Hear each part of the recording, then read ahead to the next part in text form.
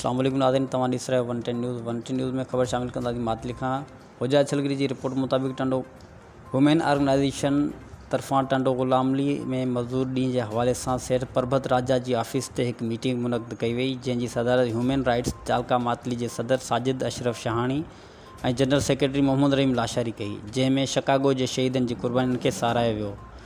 शहीदनि खे भेटा पेश करण लाइ इजलास में ह्यूमन राइट्स तालका मातली ज़िला बदीन ऐं डिवीज़न हैदराबाद जे मेंबरनि ऐं उहिदेदारनि शिरकत कई।